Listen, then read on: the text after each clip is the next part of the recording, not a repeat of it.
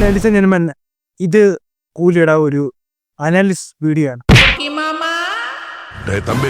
ഒരു spoiler analysis video ആണ്.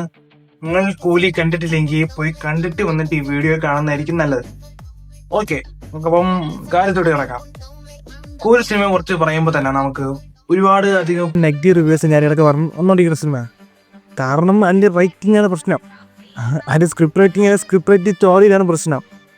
നമ്മൾ ഇതിനു മുമ്പ് കണ്ടിട്ടുള്ള ലോകേഷിൻ്റെ മിക്ക പടങ്ങളൊക്കെ ആയിരുന്നാലും ഇപ്പോൾ കൈതി ആയാലും മാസ്റ്റർ വിക്രമായാലും അത് നമുക്ക് എടുത്തൊരു സീന് പറഞ്ഞു കഴിഞ്ഞാൽ നമുക്ക് പറയാൻ പറ്റും. അത്രയ്ക്ക് അതിൽ ഓരോ സെൻസ് തന്നെ കിട്ടില്ലേ, നമുക്ക് ആ ഒരു മൂവ്മെൻറ്റ് കാര്യങ്ങളൊക്കെ കിട്ടിയിട്ട് എടുത്ത് പറയാൻ പറ്റും. പക്ഷേ ഈ കൂലിയിലോട്ട് വരുമ്പോൾ അങ്ങനെ എടുത്ത് പറയത്തൊക്കെ ഒരത്തിരി ആ ഒരു സീന് ഇല്ല. കൊണ്ടത്തിന് ആ മാൻസ് അല്ല ഒരു ഫൈറ്റ് ഉണ്ടല്ലോ, ആ ഒരു ഫൈറ്റ് സീന് മാത്രമാണ് നമുക്ക് എടുത്ത് പറയാൻ വേണ്ടിയുള്ള ഒരു ഫൈറ്റ് സീന്. അതും ആ ഉപേന്ദ്രയുടെ ഒരു സ്ലാങ് കൊണ്ടൊക്കെയാണ് ആ ഒരു ഫൈറ്റ് സീന് കുറച്ചും കൊണ്ട് കൊള്ളാന്നുള്ളത്. അതർവൈസ് കുടിയിലെ ബാക്കിയെല്ലാ സീൻസ് എന്ന് പറഞ്ഞ ഒരു തണുത്തുറഞ്ഞു പോയൊരു സാധനം പോലെയാണ് എനിക്ക് ഫീൽ ചെയ്തത്. ഓരോരുത്തർക്കും ഓരോ ഒപ്പീനിയൻ നമുക്ക് കാര്യത്തോട് വരാം. ഈ കൂലിക്കകത്ത് കുറേ ഒരുപാട് വില്ലോജിക്കലായിട്ടുള്ള കാര്യങ്ങളൊക്കെ ഉണ്ട്. ഒന്നാമത് പറയാം, സയമണിൻ്റെ വലിയ ബില്ലാണ്. അങ്ങേർക്കിട്ട് കുറേ ഹാർബറും വലിയ ഹാർബറും കാര്യങ്ങളൊക്കെ ഉണ്ട്. ഇത്രയും വലിയ കടലും മറ്റേ ഹാർബർ ഒന്നാലോചിച്ചു, ഇത്രയും വലിയ കടൽ അങ്ങനെ കടൽ തൊണ്ടല്ല, ഇത്രയും വലിയ ഹാർബർക്ക് അങ്ങനെ സ്വന്തമായിട്ട് നടത്തിക്കൊണ്ട് പോവേ. അങ്ങേർക്ക് ഒരു കല്ല് കെട്ടി ഇത്രയും ബോഡീസ് ഒന്ന് ഡിസ്പോസ് ചെയ്യാൻ പറ്റൂലടേ. അവിടെ ആരും ഒന്ന് തോണ്ടി വെക്കാൻ പോകുന്നു, അങ്ങേരെ കടലിൽ അങ്ങേരെ ഹാർബറിൽ ആരും ഒന്ന് തോണ്ടി വെക്കാൻ പോകുന്നു, അതൊന്നും പറ്റൂല. സത്യരാജിൻ്റെ മറ്റും വെച്ചിട്ട് എരിച്ച് എന്നെ കൊല്ലാം. ഇത്രയും വലിയൊരു ഹാർബറിൽ വില കെട്ടി തൂക്കി അല്ലെ ആസിഡ് മുക്കി എങ്ങനെയും കൊല്ലല്ലോ, അതൊന്നും പറ്റൂല. രണ്ടാമത് ഉള്ളൊരു കാര്യം എന്ന് വെച്ചാൽ സൗബിൻ്റെ ക്യാരക്ടർ. എന്താ സൗബിൻ്റെ ക്യാരക്ടറിനെ ഇങ്ങനെ ചുറ്റി വെച്ച് അടിക്കുന്നുണ്ട്, ഞാൻ പിന്നെ അടിക്കുന്നുണ്ട്. നമ്മൾ ഇപ്പം മിക്ക പടത്തിൽ കണ്ടുള്ള ഒരാളെ ചുറ്റി വെച്ച് അടിക്കുമ്പോൾ തീരും, അതെന്തെങ്കിലും ചാവും അല്ലെങ്കിൽ വാളം കൂട്ടും ചാവും. അങ്ങനെ തലങ്ങും വിലങ്ങും ഇട്ട് അടിച്ചിട്ടും ചാവൂലെന്ന്. അളിന് കുഴപ്പമൊന്നുമില്ലല്ലോ, ഇതൊക്കെ എന്താണ് ഇവനല്ലേ ഇവിടെ ഇതൊന്നും കൊണ്ടത്? എന്നിട്ട് അതിനൊരു എക്സ്പ്രഷൻ കൊടുക്കുന്നുണ്ട്. ഈ ഇടി മിന്നലൊക്കെ വീഴുമ്പോൾ ഇങ്ങനെയൊക്കെ സംഭവിക്കാനാണ് ടാങ്ങാണ്. ആ സംഭവം നടക്കുന്ന പകല് എന്നിട്ട് വെച്ച് ആറ്റാണ് കുശിയിടാൻ കൊണ്ടുപോകുന്നത്. ഇത്രയും സമയം അങ്ങനെ ജീവയില്ല, എന്നിട്ട് പെട്ടെന്ന് ജീവൻ വന്ന എന്നിട്ട് ഓക്കെ എണീച്ചുടനെ മറ്റേ സർപ്രസ് എനർജിയിലാണ് അങ്ങനെ ഇരിക്കുന്നത്. പിന്നെ ശ്രുതിഹാസൻ്റെ കേസ്,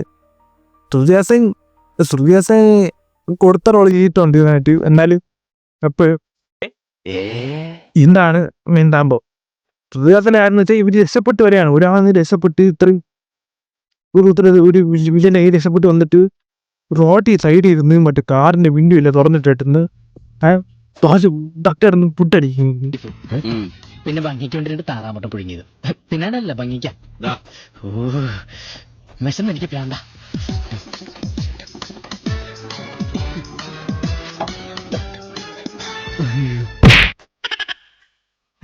ഒരാൾ ചേസ് ചെയ്ത് പറഞ്ഞ് അവിടെ നിന്ന് പുട്ടടിക്കുക. ആ ചേസ് ചെയ്ത് വരാൻ കാരണം എന്തിന്? അങ്ങനെ ചെയ്യുന്നുണ്ട് കഴുത്ത്. ആ ചെയ്യുന്നുണ്ടെങ്കിൽ കഴുത്തില കയ്യിലെ കെട്ടിയിട്ട് വല്ല കമ്പിയിലോ കെട്ടിയിട്ടിരുന്നാ പോരെ. അത് പറ്റൂല, കഴുത്തിനും കൈ കൂടെ ഒരുമിച്ച് കെട്ടിയിട്ടാലേ പറ്റൂ. എന്തൊക്കെയാണ് അത് മാത്രമല്ല, സൗബിൻ കോൾ വിളിക്കുന്നത് രജനീകാന്ത് കോൾ വിളിച്ച് കാണിക്കുന്നുണ്ടല്ലോ സൗബിൻ്റെ വൈഫിനെ. അപ്പോൾ വൈഫിനെ കോൾ വിളിച്ച് കാണിക്കുമ്പോൾ അവിടെ കമ്പനി ചാരിയാണ് വെച്ച് ഫോൺ. അപ്പോൾ ഈ ഫോൺ കാണാൻ പറ്റൂലടേ. ഞാൻ ശ്രുതിഹാസനെ കണ്ടുപിടി അത് വൈഫാണ്. എന്നിട്ട് തിരിച്ച് ആ വൈഫ് രക്ഷപ്പെട്ട് വന്നിട്ട് അവർ പറഞ്ഞ് ഞാൻ കൊണ്ടുപോകാൻ പറഞ്ഞ് കാർ കയറ്റി കൊണ്ടുപോയെങ്കിൽ ചേട്ടൊക്കെ പറയുന്നുണ്ട് അത് കമ്പനി ചാരി വെച്ചുകൊണ്ട് കാണാൻ പറ്റിയത്. ഓക്കെ, എന്നാലും പിന്നെ ഇന്ന നിപ്പില് ശ്രുതിഹാസൻ രജനീകാന്തിൻ്റെ മോളാണ്. അതൊക്കെ ഒരു എന്താ, ഈ ശ്രുതിഹാസൻ എന്തിനാണ് ഈ രജനീകാന്തിന് ദേഷ്യപ്പെടുന്നത്? ഇതുവരെ ഒരു സ്പെസിഫിക് ആയിട്ട് അതിൽ കൊടുത്തിട്ടില്ല. എന്തുകൊണ്ടാണ് ശ്രുതിഹാസൻ രജനീകാന്ത് ദേഷ്യപ്പെടുന്നത്?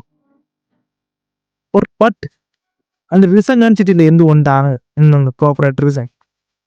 ഈ സിനിമയിൽ മെയിനായിട്ട് നമുക്കൊരു ഇമോഷണലി കണക്ട് ആവുന്നില്ല ഒരു ക്യാരക്ടറുമായിട്ട്. ഇപ്പം സത്യരാജൻ്റെ ക്യാരക്ടറാണ്, സത്യരാജ് മരിച്ചത്, സത്യരാജൻ്റെ ക്യാരക്ടർ എന്നിങ്ങനെയാണ് മരിച്ചത് എന്നൊക്കെ അറിയാൻ വേണ്ടിയാണ് ഇവർ വരുന്നത് എല്ലാം ചെയ്യുന്നത്. ഈ സത്യരാജൻ്റെ ക്യാരക്ടർ കുറച്ച് നേരമേ ഉള്ളൂ. സത്യരാജായിട്ട് നമുക്ക് കണക്ഷൻ വേണ്ടേ? ശരി, ഇങ്ങനെ ഇതിനെ കൊണ്ടത് അടിക്കുക എന്ന് പറഞ്ഞ സാധനം നമുക്ക് വരുന്നില്ല. ഇഷ്ടമില്ല, അതും വരുന്നില്ല. അതുകൊണ്ടാണ് നമുക്ക് ഈ പോപ്പായിട്ട് ഒരു കണക്ഷൻ ഒരു കാര്യങ്ങളും ഒരു അറ്റാച്ച്മെന്റ് ഇമോഷൻ കാര്യമൊന്നും വരാത്തതാണ് നമുക്ക് പടം ഭയങ്കര ഡൗൺ ആയിട്ട് പോകണത്. ഇപ്പൊ വിക്രത്തെ ആണെങ്കിൽ മോനെ കൊന്നൊരു കേസ് അതൊക്കെ ഫീൽ ചെയ്യും. ആ മോന്റെ ആ കാര്യങ്ങളും മോനെ ഇങ്ങനെ കൊല്ലണം ഇങ്ങനെ അടിയണം തീർക്കണം അന്ന് ആ റിവെഞ്ച് എടുക്കാൻ നമുക്ക് തന്നെ തോന്നും. അങ്ങനെ ഒരു സംഭവം. ആൻഡ് ഇതില് ഒരു സീൻ എലിവേഷൻ പോലും ഇല്ല. ആരെങ്കിലും സീൻ എലിവേഷൻ ഉണ്ടാകുന്ന വെച്ചാൽ ഞാൻ വിചാരിച്ചു അമീർ ഖാന്റെ ഒക്കെ സീൻ കിടിലായിരിക്കും. നോക്കിപ്പം അമീർഖാനെ ഡേറ്റ് കിട്ടിയെന്നും പറഞ്ഞ് കുറെ വട്ടികളെ കൊണ്ട് വന്നിട്ട് ഇറക്കി എന്തൊക്കെ ഹിന്ദി പറഞ്ഞിട്ട് വീഡിയോ വെച്ചിട്ട് പോയി. തിളക്കത്തിൽ ദിലീപ് പല ബിഡി എന്ന് പറഞ്ഞിട്ട് പോയി. പിന്നെ പറഞ്ഞ അധികം ഉണ്ടോ ലോജിക് മിസ്റ്റേക്ക് കാര്യങ്ങൾ. പിന്നെ ഞാൻ പറയട്ടെ, ഇനി എ സർട്ടിഫിക്കറ്റ് കൊടുത്ത എന്തിനാണെന്ന് എനിക്ക് ഇതുവരെ ഒരു പിടിയില്ല മാൻ. മിക്കവരും പറഞ്ഞ മറ്റേ ആ ചെയറുണ്ട് അതിലിട്ട് ബോഡിയിൽ ഗരിച്ച് ആയതാണ് എ സർട്ടിഫിക്കറ്റ് കൊടുത്തത്. അതിലൊരു ഒരു കാര്യം ഞാൻ പറഞ്ഞുതരാം. ഈ സംഭവം സത്യരാജ് പറഞ്ഞുണ്ട് ഇത് പട്ടിക്കും പൂച്ചയ്ക്കും ഉള്ളതാണ്, അതിനു വേണ്ടിയൊക്കെ ഞാൻ ഉണ്ടാക്കിയാണെന്ന് പറയുന്നുണ്ട്. എന്നാലും എന്തിനാണ് ഈ ചെയർ അതിന്? അത് മാത്രമല്ല ഇവർ ഈ ഓപ്പറേറ്റീവ് ഇല്ലേ സത്യരാജിനും മോർക്കാണ് ഓപ്പറേറ്റീവ് കൊണ്ടുവരണം. എന്നിട്ട് അവർ തന്നെയാണ് വെക്കണം, വേറെ ആരും വെക്കുന്നില്ല. എന്തുകൊണ്ട് അവിടെ ഉള്ളവർ ആർക്കും ഇത് പഠിച്ചുകൂടാ? ആർക്കെങ്കിലും പഠിക്കാമല്ലോ. ഈ സാധനം രജനികാന്ത് വന്നിട്ട് രജനികാന്തിന്റെ മോള് പോയിട്ട് രജനികാന്ത് 10 സെക്കൻഡ് കൊണ്ടാണ് ഇത് പറഞ്ഞു കൊടുക്കണം എങ്ങനെയാണ് കാര്യങ്ങളൊക്കെ. 10 സെക്കൻഡ് കൊണ്ട് പറഞ്ഞു കൊടുക്കണം ഓപ്പറേറ്റ് ചെയ്യാൻ കാര്യങ്ങളൊക്കെ. അവർ ഈ ഓപ്പറേറ്റ് ചെയ്യുമ്പോൾ എന്തോ ഇഞ്ചെക്ട് ചെയ്തിട്ടാണ് ചെയർ ചെയ്തിട്ട് ഇത് ഓപ്പറേറ്റ് ചെയ്ത് അത് കഴിച്ചാൽ വേണത്. ആൻഡ് ഇതേ സംഭവം മറ്റ് ഭാര്യയുണ്ട് സൗബിന്റെ ഭാര്യയായിട്ട് അവനെയാണ് അത് അവള് ഒരാളെ ഗിരിച്ച് കൊല്ലുന്നുണ്ട് ഇതൊന്ന് ഇഞ്ചെക്ട് ചെയ്യാതെ. അത് ഇങ്ങനെയാടേ സത്യം പറഞ്ഞാൽ ഇങ്ങനത്തെ കാര്യമാണ് ഇല്ലോജിക്കൽ കാര്യമായിട്ടാണ് നമുക്ക് കാണുന്നത്. ഇതെങ്ങനെ അത് ഈ സംഭവം നമുക്ക് ഓപ്പറേറ്റർ കണക്ട് ഒരു പോയിന്റിലോട്ട് എത്തുന്നില്ല. ഈ ഒരു അടുത്ത പോയിന്റിലോട്ട് പിന്നെ ഉപേന്ദ്രയുടെ ക്യാരക്ടർ അവിടെ ഉപേന്ദ്രയുടെ ക്യാരക്ടർ അവിടെ സാഗ് ഉണ്ടായിരുന്നെങ്കിൽ അങ്ങേർക്ക് കൊടുക്കാൻ പറ്റിയ കാര്യം എന്ന് വെച്ച് കഴിഞ്ഞാൽ ഇപ്പം അതിനൊരു ട്രെയിൻ ഉണ്ടല്ലോ, ആ ട്രെയിൻ വിൽക്കുമ്പോൾ ട്രെയിൻ മറ്റേ ഒരു ഷട്ടറൊക്കെ പൊക്കി തുറന്ന് മറ്റേ ഗനി വരുമ്പോൾ ഒരു മാസം അത് കുറച്ചുകൂടി ഗലിവേറ്റ് ആയതിനാ. പക്ഷെ അതൊന്നും ചെയ്യാതെ ചുമ്മാ രജനികാന്തിന്റെ പുറകെ നിന്നിട്ട് മറ്റേ ജൂനിയർ ആർട്ടിസ്റ്റിനെ പോലെ ഇതൊക്കെ. പക്ഷെ അത് ആ എൻട്രി കൊള്ളായിരുന്നു. അത് മാത്രമല്ല ഈ ട്രെയിനിന് സൗബിൻ അവർ ചേസ് ചെയ്തൊക്കെ പിടിക്കണം ഒരു ചേസിന്. ആ ചേസ് ചെയ്യുന്നതിന് സൗബിൻ എങ്ങനെ കയറുന്ന അറിയാവൂ? ആ ഡോറിനകത്ത് കൂടെ കൈയിട്ടാണ് കയറുന്നത്. ഇത്രയും വലിയ ചേസ് ചെയ്ത് നടക്കുമ്പോൾ ആ ഡോർ അടച്ചിട്ടൂടെയാണ് അവർക്ക് അത് തോന്നിട്ടുണ്ടല്ലേ അവൻ കയറിയത്. അതാ ഡോറല്ല ആ ഗ്ലാസ് അടച്ചിട്ടൂടെ, ആ ഗ്ലാസ് അടച്ചിട്ടൂടെ ഗ്ലാസ് തുറന്നിട്ടുകൊണ്ടാണ് ചേസ് പോയത്. അതുപോലത്തെ RS100 ഒരു RS100 ബൈക്ക് കാറിന് ചേസ് ചെയ്യും എങ്ങനെ? ആ കാർ ഒന്ന് ഇടിച്ച RS100 വേറെ വളരെ പോവും. അതൊരു ഇൻഡിവിജ്വലായിട്ടുള്ള കാര്യം. അത് ഇങ്ങനെ പോണം.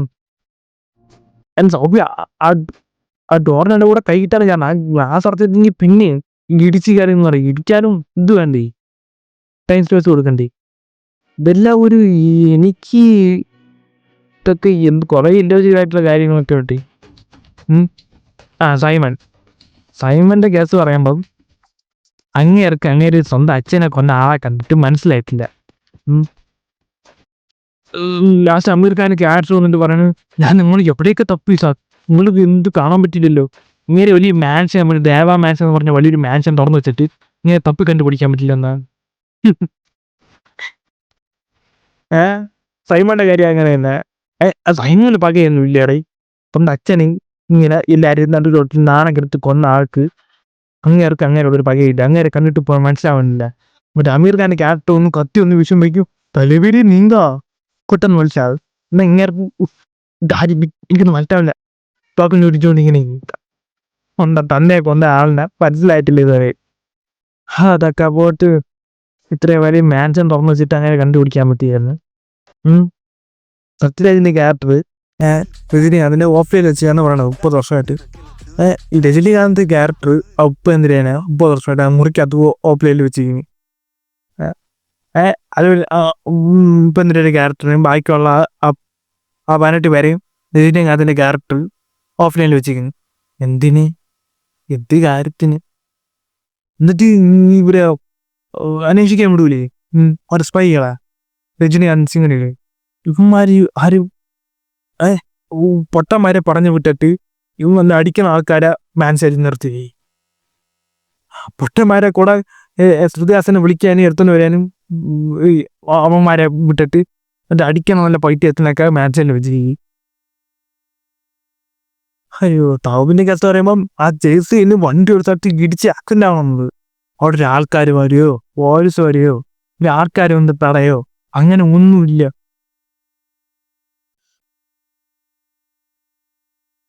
സൗബിൻ മറ്റേ അണ്ടർടേക്കർ മറ്റേ ഗണിച്ച് വന്നിട്ട് മറ്റേ എന്നിട്ടൊരു ട്രെയിൻ ഓടിച്ചോണ്ട് തീരുണ്ട്. എന്തിന്? ഇന്ത്യൻ റെയിൽവേ ട്രെയിൻ ഇത് അവരെങ്ങനെ നിർത്തി, എങ്ങനെ ഓടിക്കി, എങ്ങനെ സ്ഥലത്ത് കൊണ്ട് നിർത്തി വലിയ പിടിയുണ്ടാ? എന്തിനാണ് ട്രെയിനിന്റെ മൊക്ക പോയിട്ട് അങ്ങനെ അവിടെ ഡ്രൈവറിന്റെ സ്ഥലത്ത് കയറി നിന്നിട്ട് അങ്ങനെ സീൻ എന്തിന് ഇതാണ് ക്യാരി ചെയ്ത്?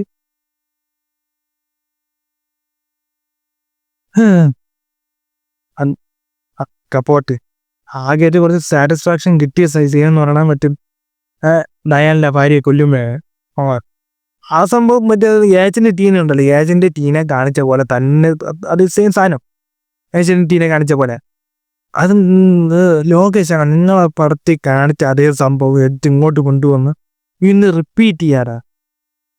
പിന്നെ ഏറേറ്റിന്റെ കാര്യം പറഞ്ഞ പോലെ ജയിലറിൽ നിപ്പിരി ഒത്തിന് കഴുത്തും മറ്റേ കൈയൊക്കെ വിട്ട സീനുണ്ട്. എന്ത് സീനാണ് അത്? പാട്ട് പോലും ഇട്ടില്ല. വിക്രത്തിലും ഫൈറ്റ് ഉണ്ടാവും, ഹൗസിൻ്റെ അകത്ത് ഫൈറ്റ്. അതൊക്കെ എന്തൊക്കെ പൂട്ടലാണ് വിട്ട് വായിക്കാത്ത പോയിട്ട് ഇതൊക്കെ പോയിട്ട് കിട്ടും കയറ്റാണ്. അതിൻ്റെ അത്ര ഒരു ബെഡ്ഷീറ്റോ സംഭവം ഇതില്ല. ആകെ മറ്റേ കൊക്കിയെന്നുള്ള സാധനം വെച്ച് അങ്ങോട്ടും ഇങ്ങോട്ടും വലിക്കണം പറ്റിയതൊക്കെ മാത്രം. ജനറിന്റെ പാത് ഒരു ബെഡിൽ ഇതിൽ കാണാൻ എന്തൊക്കെയാണെന്ന് അറിഞ്ഞൂടാ. എനിക്ക് തോന്നുന്നു ഒന്നേ തണുപ്പിച്ച എക്സ്ട്രാ പറഞ്ഞ് ജയിലറിൽ ആ ടെംപ്ലേറ്റ് അത് വിജയിച്ച്, അതുകൊണ്ട് ഇതിലും വിജയിക്കും. ഇപ്പം ഞാൻ ഇത് സ്ക്രിപ്റ്റ് കാര്യങ്ങളല്ല, എനിക്ക് മനസ്സിൽ തോന്നിയ കാര്യമാണ് ഞാൻ പറഞ്ഞുകൊണ്ടിരിക്കുന്നത്. അതൊന്നും കേട്ടപ്പോൾ തന്നെ മനസ്സിലായി. കാരണം എനിക്ക് തോന്നിയ കുറച്ച് കണ്ടോണ്ടിരുന്നപ്പോൾ ഇതെന്താ ഇങ്ങനെ എന്നൊക്കെ തോന്നിയ ഒരു കാര്യങ്ങൾ മിക്കവാറും തോന്നിയ കാര്യങ്ങൾ ഞാൻ ഒന്നും പറയുന്നത്. സിനിമ മോശമാണെന്ന് എവിടെയും പറഞ്ഞിട്ടില്ല. സിനിമ മോശമല്ല, വാച്ചവൾ പോകുന്നു. ഇന്ന് ലാഗില്ല. കാരണം അങ്ങനെയാണെങ്കിൽ കട്ട് ചെയ്ത് കാര്യങ്ങളൊക്കെ ഇത്ര ചോദിച്ചാൽ ഇത് ലാഗില്ല. നമുക്ക് എവിടെയും വലിച്ചിരിപ്പിരിക്കൂല, ബോറടിക്കൂല, കണ്ടങ്ങനെ ഇരിക്കുക. അനിരുദ്ധിൻ്റെ ബീജിയും കാര്യങ്ങളൊക്കെ ഉണ്ടോണ്ട്. പക്ഷെ ഞാൻ പറഞ്ഞു ഒരു പോയിന്റ് മറ്റേ പോയിന്റോട്ട് ഇത് എത്താത്തതുകൊണ്ട്, കണക്റ്റ് ആവാത്തതുകൊണ്ട് നമുക്ക് ആ ഒരു സംഭവം കിട്ടുന്നില്ല. അതാണ് കാര്യം. എനിക്ക് ഇത്ര പറയാനുള്ള കുറേ കാര്യങ്ങൾ. ഇനിയും കുറേ കാര്യങ്ങൾ നീ അടുത്ത് OTT വരുമ്പോൾ തപ്പി കണ്ടുപിടിച്ചിട്ട് പറയാം. ഞാൻ ഇത്രയും അധികം ഇല്ലോജിക്കൽ കാര്യം ഉണ്ട്. കൂടുതലും അതിൽ പെർഫോമൻസിൽ ചെയ്തിരുന്ന തൗബിനാണ് ഞാൻ പറയുന്നത്.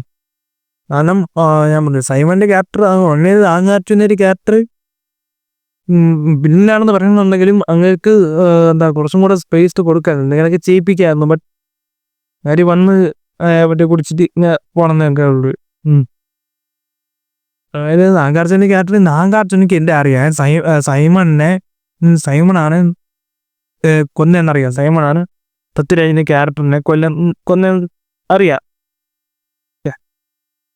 ഈ നാഗാർജുന ക്യാരക്ടറിനെ ഈ ദയാല് സൗബിന്റെ ക്യാരക്ടറാണ് ഈ സത്യരാജന്റെ ക്യാരക്ടറിനെ കൊന്നെന്ന് നാഗാർജുന ക്യാരക്ടറായ സൈമൺ അറിയാം. എന്നിട്ടും അങ്ങനെ അതിൽ വെച്ചോണ്ടിരും. അങ്ങനെ പറഞ്ഞിട്ടുണ്ട് നിന്റെ ശത്രു നിന്റെ കൈ കൊല്ലുന്നോ. പക്ഷെ അങ്ങനെ പോലീസാന്ന് നിങ്ങൾക്ക് അറിഞ്ഞുകൂടായിരുന്നാ മലയാളിയാണെന്ന്. അങ്ങനെ ഒരു പോയിന്റ് നിന്ന് മറ്റേ പോയിന്റ് എത്തും കണക്ട് ആണ്. ഒന്നും ഒരു ഇല്ലോജിക്കൽ സാധനം. ഇപ്പൊ നമുക്ക് വിക്രം എടുത്താൽ തന്നെ അറിയാം. അല്ല എന്തൊക്കെ കാര്യങ്ങൾ വെച്ചിട്ടാണ് വന്നിട്ടുള്ളത്. ഇതില് പിന്നെ ഒരു പൈസയുണ്ട് മറ്റേ അത് ഇതിൽ സിങ്ക് ആവുന്നില്ല. ഇപ്പൊ ലിയോയിലെ പൈസയായിരുന്നാലും മറ്റേ ലിയോയിലെ പൈസ റെട്രോ സോങ് ആയിരുന്നാലും ഒരു കപ്പയുടെ പൈസ റെട്രോ സോങ് ആയിരുന്നാലും വിക്രത്തിൽ ആ റെട്രോ സോങ് ആയിരുന്നു, അത് സിങ്ക് ആവുന്നുണ്ട്. കൈതിയിലായിരുന്നാലും നല്ല സിങ്ക് ആവുന്നുണ്ട്. ഇതിന് ഒരു സിങ്ക് വരുന്നില്ല. എൻ്റെ ഒരു അഭിപ്രായത്തിൽ ലോകേഷിൻ്റെ എടുത്തതിൽ സ്റ്റാൻഡ് ലോണിൽ ഏറ്റവും കൊള്ളാമെന്നുള്ള ഞാൻ പറയും മാസ്റ്ററാണ്. എന്നാൽ അതിൽ ആ വില്ലൻ്റെ ഡോമിനൻസ് കൊണ്ടാണ് മാസ്റ്റർ അത്രയും കിടിലായത്. മാസ്റ്റർ ഒരു 50% ലോകേഷ് കനാജ് പടം എന്ന് പറയുന്നുണ്ട്. പക്ഷേ സ്റ്റാൻഡ് ലോണിൽ ഇസ്റ്റ് ബെറ്റർ, കൂലിക്കാട്ടി ബെറ്റർ അതായിട്ടാണ് നമുക്ക് ഫീൽ ചെയ്യും. ഞാൻ ഒരു വിജയ് ഫാനായിട്ടല്ല പറയുന്നത് ഈ ഒരു കാര്യങ്ങളും. ഇപ്പം അത് വില്ലൻ നല്ല പെർഫോമൻസ് ആയി വില്ലൻ ഡോമിനേറ്റ് കാര്യങ്ങളായാലും ഈ കുട്ടികളെ കൊല്ലുന്നതിന് ആ വില്ലിനെ കൊല്ലുന്നതിന് നമുക്കൊരു പർപ്പസ് ഉണ്ട്. അവൻ അടിയാണെന്ന് പറയാൻ ഒരു മോശം കാര്യം പർപ്പസും കിട്ടുന്നുണ്ട്. പക്ഷെ ഇതിൽ അങ്ങനെ ഇല്ല. അപ്പോൾ ഇതൊക്കെയാണ് എനിക്ക് പറയാനുള്ളത്. ഇതിൽ കൂടുതൽ മിസ്റ്റേക്ക് ഉണ്ടെങ്കിൽ താഴെ കമന്റ് ബോക്സ് ഇടാൻ നമുക്ക് അടുത്തൊരു വീഡിയോ കുറച്ചും കൂടെ സ്പോയിലറായിട്ട് പറഞ്ഞ് നമുക്ക് ഇതിനെ കുറച്ച് അനാലിസിക്കാം. Okay, by.